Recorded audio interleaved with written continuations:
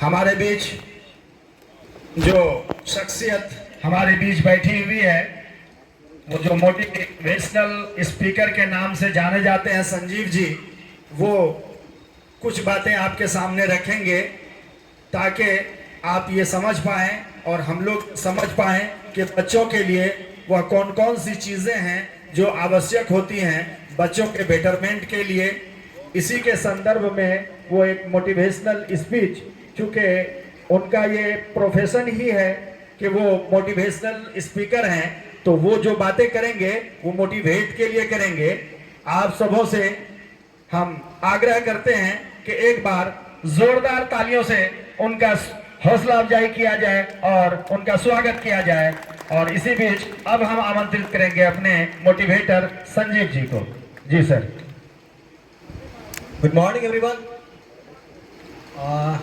थोड़ा सा एक्साइटमेंट की कमी लग रही है। क्या हम लोग एक्साइटेड नहीं है? इस बार सरकार ने जो है बजट में जीएसटी में कितना लगाया चार्ज एक्साइटमेंट होने पे या खुश होने के लिए? एक बार फिर से बोले good morning, very good morning. दोस्तों आज जो है मैं सबसे पहले जो हमारे स्कूल के पब्लिक स्कूल के जो है मैनेजमेंट है और सर अनूप सर हैं, बाकी सारे टीचर्स हैं, सबका मैं शुक्रिया अदा करूँगा। और आप सभी जितने अभिभावकगण हैं उन लोगों को मेरा प्रणाम, आदाब, नमस्कार और सत श्री अकाल। और साथ साथ जो हमारे प्यारे प्यारे बच्चे हैं, इन बच्चों को मेरा स्नेह और बहुत बहुत आशीर्वाद कि अपने अपने जीवन में ये लोग कितने तरक्की पे जाएंगे, कितने आगे बढ़ेंगे। तो हम लोग आज इकट्ठा हुए हैं कि एक साथ कैसे हम लोग अपने बच्चों के भविष्य के लिए, उनके कैरियर के लिए और उनके भविष्य का जो कह जाए बेटरमेंट के लिए क्या क्या स्टेप ले सकते हैं, इस पर हम लोग बातें करेंगे। तो दोनों बातें हैं, अगर किसी का कोई मार्क्स में कुछ थोड़ा बहुत भी कमी पेशी होता है तो उसके लिए घबराने का नहीं बच्चों। उसके लिए हमें देखना पड़ेगा कि हमने क्या किया है अपने पास्ट में, यानी जो एक साल हमने बिताया है हमने कैसे बिताया है, और अगर कुछ कमियां रह गई हैं उसमें तो उसको हम लोग इस नेक्स्ट ईयर में आगे बढ़ सकते हैं। एक कहानी मैंने सुना था बचपन में, वहाँ से मेरी ज़िंदगी का एक बदलाव आया था।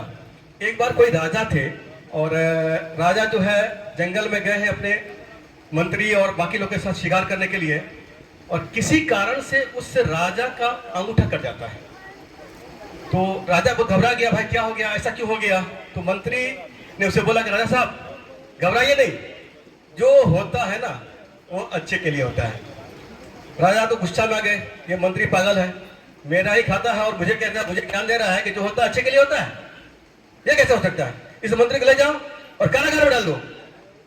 बेचारे सारे सिपाही मंत्री को लेके जगह कारागार में डाल दिए। राजा आगे बढ़ा शिकार खेलने के लिए। कुछ दूर आगे जाने के बाद जो है संध्या हो गई, शाम हो गई। तो शाम में जो है वहाँ पे एक क्या कहा जाए आपको, जो ये होते हैं जो जंगल में आदिवासियों का, आदिवासी लोगों ने उनको घेर लिया और उन लोगों का है कि बलि चढ़ाना होता है और वही मानव की बलि चढ़ती है। तो आदिवासियों ने इन सबको घेर लिया, साथ साथ राजा को घेर लिया और अब बलि चढ़ाने की बारी आ गई।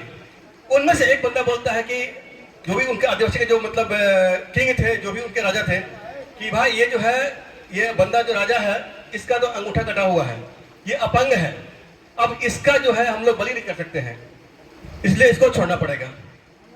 ये सुनते ही राजा को दिल में चैन आया, अरे क्या बोल गया, वो तो मंत्री बेचारा सही बोला था कि जो होता है अच्छे के लिए होता है। अब क्या करेगा? राजा भागा भागा आएगा, बोले देखो कहीं उस मंत्री को कारागार में दिया था, मैंने कहा था फांसी लगाने को, कहीं फांसी लगाने थे। वो भागते भागते आया, मैं तो आगे आता हूं। तो राजा भाग के अपने मंत्री के पास खोजने के लिए आता है। तो इस केस में जो है मंत्री बेचारा अब उसको फांसी लगने ही वाली थी। उसने क्या किया कि राजा ने सिपाहियों को बोला कि वो कहाँ पे है। तो सिपाही बोले कि यहाँ जो है इस समय मंत्री को फांसी लगने ही वाली है। वो भागता उसके पास पहुंचा और उसके पैर पकड़ा कि भाई मंत्री, मैं तेरा शुक्रिया अदा कैसे करूं, मैं जो है बहुत ही भूलवश तुम्हें जेल में कर दिया, कारागार में कर दिया कि तुमने मुझे कहा कि जो होता अच्छे के लिए होता है और मैं समझ नहीं पाया। और साथ साथ क्या हुआ कि जब ये अच्छे की बात आई तो मेरा ऐसा सा अंगूठा कट गया था और उन्होंने मुझे छोड़ दिया, मेरी बलि चढ़ने वाली थी। इसके लिए मैं तुम्हारा बहुत बहुत शुक्रिया अदा करता हूं और मैं तुमसे माफी मांगता हूं, अगर जरूरत पड़ी मैं तुम्हारे पैर भी पड़ लूंगा। तो मंत्री बोला नहीं नहीं राजा, नहीं नहीं ऐसा मत करो भाई, मेरे पैर मत पड़ो। बोला क्या? बोला वो तो अच्छे के लिए हुआ, अगर तूने मुझे आज कारागार में बंद नहीं किया होता ना तो बलि तभी चढ़ जाती ना, मैं तो बलि का बकरा बन गया होता। तेरा धन्यवाद कि तूने मुझे यहाँ पे कारागार बंद किया। इस कहानी से दोस्तों मैंने बचपन में सीखा था कि जो होता है अच्छे के लिए होता है। तो इससे हम लोग एक चीज समझते हैं, बच्चे लोग, अगर किसी का रिजल्ट में थोड़ा बहुत भी कुछ प्लस माइनस होता है, ये मानिए कि आपको ईश्वर ने कुछ अगले काम के लिए रखा है, आगे आपको वहां पे पहुंचना है और नेक्स्ट ईयर जो है शायद कुछ बेहतर से बेहतरीन होने वाला है। और एक बार मेरे साथ कुछ बनाया गया, जहाँ तक कि आज मैं आपके सामने स्टेज पे बोल पा रहा हूँ और बोल रहा हूँ, मैं बहुत डब्बू किस्म का बच्चा था। पहले मैं अच्छे से, मतलब क्या कहा जाए, मैं इंट्रोवर्ट था, एक्सट्रोवर्ट नहीं था। मुझे दूसरों से बात करने में हिचक होती थी। हाँ, काम बराबर से प्रॉपर्ली करता था। तो एक चीज था मेरे अंदर कि मैं कोई काम जो करता था तो उसको थोड़ा सा लगन से करता था, जो भी काम करो। तो एक बार क्या हुआ कि हम जब ग्रेजुएट में था, ये 1993 बात है, सच्ची घटना बता रहा हूँ मैं आपको, 93 की बात है। तो हम लोग स्टेज शो किया करते थे। जब पहले क्या होता था, आगे तो जीटीपी सब चालू हो गया, आज तो स्टेज शो का बंद हो गया। पहले आपको क्या कहते हैं कि ये होता था, ऑर्केस्ट्रा होता था, हम लोग स्टेज शो करते थे और मैं उसको ऑर्गेनाइज करता था, back the stage, not the front of stage. मैं बैक रहता था और सारा कार्यक्रम होता था, जैसे कि 1 मिनट है, अंताक्षरी था पहले जमाने में, आपको देखा होगा जो लोग उस समय के हैं, और सुर वही आवाज में सब कार्यक्रम आता था। इस तरह से मैं 3-4 कार्यक्रम को, ब्रेक डांस सबको मिला के लगभग 45 मिनट का एक बनाता था प्रोग्राम।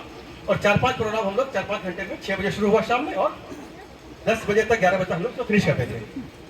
तो मैं तो बैकअप स्टेज पूरा प्रोग्राम को सेट करता था, लेकिन एंकर के लिए मैं किसी को बुलाता था और एंकर हर साल आते थे। लगभग 93 की बात है, उस समय में सारा प्रोग्राम सेट हो गया, प्रोग्राम होने वाला है और हम लोग 6 बजे का प्रोग्राम का टाइमिंग होता था, तो 5 बजे एंकर को बुलाया करते थे। 5 बज गए, एंकर नहीं आया, 5:30 बज गए, एंकर नहीं आया। अब खलबली बच गई कि कैसे होगा। पब्लिक भीड़ लग गई, लगभग 1000 प्लस 1000 प्लस लोग आ चुके हैं कि प्रोग्राम शुरू होने वाला, सब लोग वेट कर रहे हैं।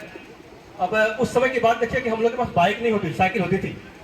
एक जो मेरे कलीग थे, उसको मैं भेजा कि जाओ उसके घर पे जाओ, देखो कहाँ पे है, लेट क्यों कर दिया। वो बेचारा बहुत हाई स्पीड साइकिल चला के उसके घर पहुंचा। मालूम पड़ा कि वो जो है किसी और के प्रोग्राम में चला गया, उसको शायद उसने ज्यादा पैसे दे दिए होंगे या कुछ और हुआ होगा। वो लगभग 6:30 के आसपास वापस आया। हम लोग प्रोग्राम स्टेज के पीछे बैठ के मैं जंग मार रहा था क्या होगा। तो जब 6:30 बजे के आसपास वो आया है, वो कहता है कि वो कहीं और चला गया है और इस कारण से जो है आपका कार्यक्रम में वो नहीं आ पाएगा। अब जो उस संस्था के जो प्रेसिडेंट थे और साथ साथ जो सचिव थे, उन लोगों ने मुझे, मेरे पास आया, मैं सर पे हाथ रख के बैठा हुआ, अब क्या होगा। उन लोगों ने कहा कि देखो, मुझे लोग प्यार से पिंकू भी कहते हैं, कि देख पिंकू, ये प्रोग्राम तो तेरा सेट किया हुआ है, अब इस प्रोग्राम को कैसे करना है अब तुम ही जानो। उन लोगों ने एक मेरा दाएं हाथ पकड़ा, एक मेरा बाएं हाथ पकड़ा, दोनों ने उठा के मुझे स्टेज पे ला दिया। अब मैं सोच रहा हूँ, मेरे पैर कांप रहे हैं कि अब क्या होने वाला है। मैं स्टेज पे प्रणाम किया, जो मेरी आदत पहले से भी थी, और ये सोचा कि अगर प्रोग्राम खत्म, मतलब प्रोग्राम नहीं हुआ तो जो गालियाँ पड़ेंगी उससे बेटर है कि प्रोग्राम खराब ही हो जाए। और मैं शुरू किया। मैं बताऊं आपको कि शुरू का जो 15-20 मिनट था बहुत ही टेरिबल था मेरे लिए, बहुत खतरनाक था। मेरे पाँव कांप रहे थे, मेरी आवाज़ें में कंपन थी और अंततः ये हुआ कि करीब 20-25 मिनट के बाद मैं अपने आप को कोप अप कर पाया। लेकिन प्रोग्राम मेरा बनाया हुआ था तो प्रोग्राम अच्छे से हुआ और ऊपर वाला शुक्रिया अदा करता हूँ। और जो जनता थी उनका मैं धन्यवाद दूँ, उन लोगों ने काफ़ी सपोर्ट किया और बेहतरीन हो पाया। और जब कार्यक्रम खत्म होता है, हमारे सचिव और हमारे अध्यक्ष महोदय ने बुलाया मुझे, बोला अगले साल से और कोई एंकर नहीं आएगा, अब तू करेगा।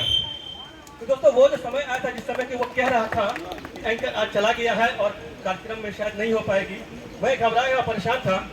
तो उस समय मुझे ये बात फिर याद आई कि अगर आज एंकर आ गया होता, आज संजीव कुमार आपके सामने खड़ा होकर बात नहीं कर पाया होता। शायद ईश्वर को यह मंजूरी थी कि ये बंदा पब्लिक स्पीकर बने, इसीलिए घटना मेरे साथ हुई। इसीलिए बच्चों मैं आपको भी कहता हूँ, इस घटना से ये मेरा प्रैक्टिकल घटना है।